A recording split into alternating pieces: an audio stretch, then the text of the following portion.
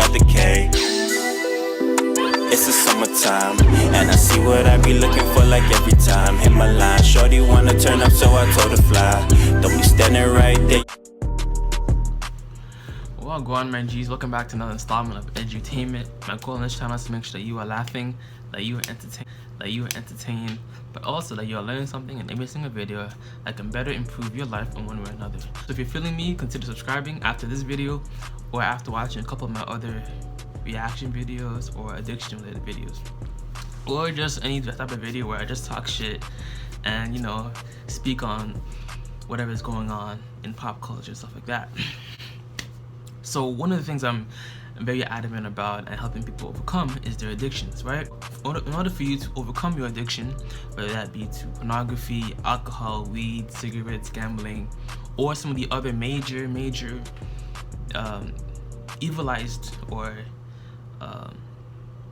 3 weeks later, many months later, hard drugs such as cocaine, heroin, ecstasy, stuff like that. In order for you to overcome these addictions, you must first understand why we become addicted and why it's so hard to overcome these addictions in the first place, right?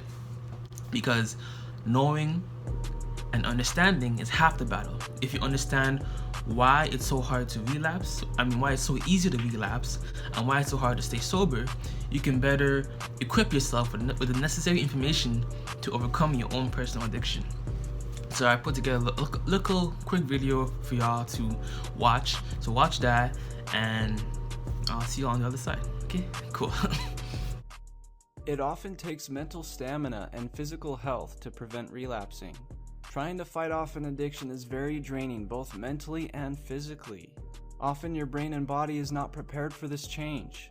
Many addicts have depleted neurotransmitters or chemicals in the brain. These depleted neurotransmitters cause intense cravings and throws off the healthy homeostatic state of the brain. However, participating in techniques that rebalance the brain and restore the brain has shown to have great success. This includes eating proper foods to restore depleted neurotransmitters, using exercise that boosts blood to the brain for quicker healing, and meditation and other mind-body exercises to learn how to react when intrusive cravings hit. When addicts are coming off of alcohol, drugs, or tobacco, they have depleted and malfunctioning neurotransmitters in the brain. This affects not only the chemical composition of the brain, but also throws off other areas of the brain as well. It is all interconnected, and the brain tries to keep everything in a balanced and proper way. But if you are able to restore the chemicals in the brain, it pushes the brain to a proper balance again. High protein foods, for example, restore lost and depleted neurotransmitters. This is because neurotransmitters are synthesized from nutrition. The truth is, an addict should eat more proteins and other nutrients that help to maintain the brain's chemical composition than a non-addict would. You can also take immediate action when your cravings hit. Certain meditation practices can help you become aware of your cravings and teach you how to react to them properly. The truth is that cravings and intrusive urges to use your drug of choice are not only classically conditioned, but are also false messages sent to your brain. The limbic system, the primal and instinctive area of your brain, when triggered, tells you to take a drink because it needs it. But you don't need it. You do not have to act on these messages. You can survive without it. Becoming aware of these intrusive thoughts, as well as external or internal cues that trigger you, is the first step. Negative emotions and stress also dramatically increase the likelihood of relapse and perpetuates addiction problems. Stress to an addict is like adding fuel to a fire.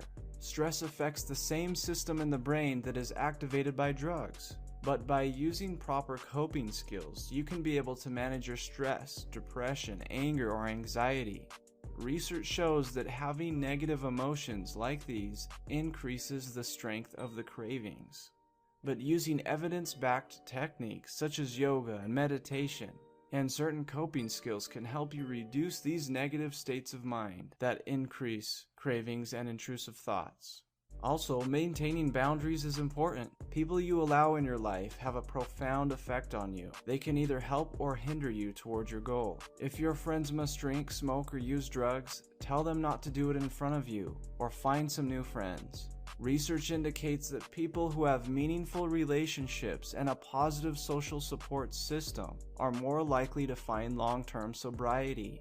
Friends and family and even professionals can be your support system and can help you to reach your goals. These things are necessary and help you to develop positive structure within your life. Having structure in your life is important because recovering addicts may soon notice all the free time they have in their life when they are not using it to obtain their drug of choice. Having a structured life can fill the slots of boredom and loneliness that one may initially experience. Developing positive activities to replace the activities of addiction will result in successful outcomes. So hopefully that little presentation gave you some insights into the reality of relapse and why it becomes so addictive, right? Essentially, what happens is your brain almost gets hijacked in a way, right? Maybe something triggers you, a certain sense, you're in a certain setting, certain room. That's why it's important when you overcome your addiction. Anybody that you used to deal with, that you smoked with, you drank alcohol with, at least for a certain period of time, it's important for you to distance yourself from them so that you can take the necessary precautions to not relapse. Because if you are an alcoholic, for example, why put yourself in a situation where you could relapse? Prevention is the best cure. That's what they say. Prevention is always the best cure. Period. Period. Period. Period. Period. Period. Nothing else to say, like, period. Period. Period. You can't, this cure, yeah, you can cure it, but if you can prevent it, that's even better, so you don't have to go through the whole willpower struggle and stuff like that, right? So if you want to finally get hands-on approach, a personalized approach from me to you on how you can overcome your addiction, check out my mini course, my mini email series, link in my description and pinned comment. I'll help you overcome your addiction. No addiction is too small, right? Coffee, gambling, weed, pornography. Every addiction is rooted in the fact that it spikes your dopamine and it creates a drug-like rush that your brain almost becomes dependent on, right? Because it spikes dopamine, your brain naturally starts producing less dopamine itself. And then everyday things such as just working out, talking to girls, whatever it is, isn't as pleasurable. And the only thing that you really get pleasure in is your addiction or your drug or substance or activity of choice, right? So I cover this and more in more detail in my email series, so check it out. I appreciate you for watching this video. God bless, much love, peace and joy, namaste, and always remember, if it doesn't feed you, don't water it. I will see y'all in the next video. Alright fam, deuces. Ain't no settling, I'm adding to the repertoire. Early mornings, late nights, sweeter than a candy bar. I'm so on with the pros, I ain't with the cons. Phone buzz like an alarm, I'm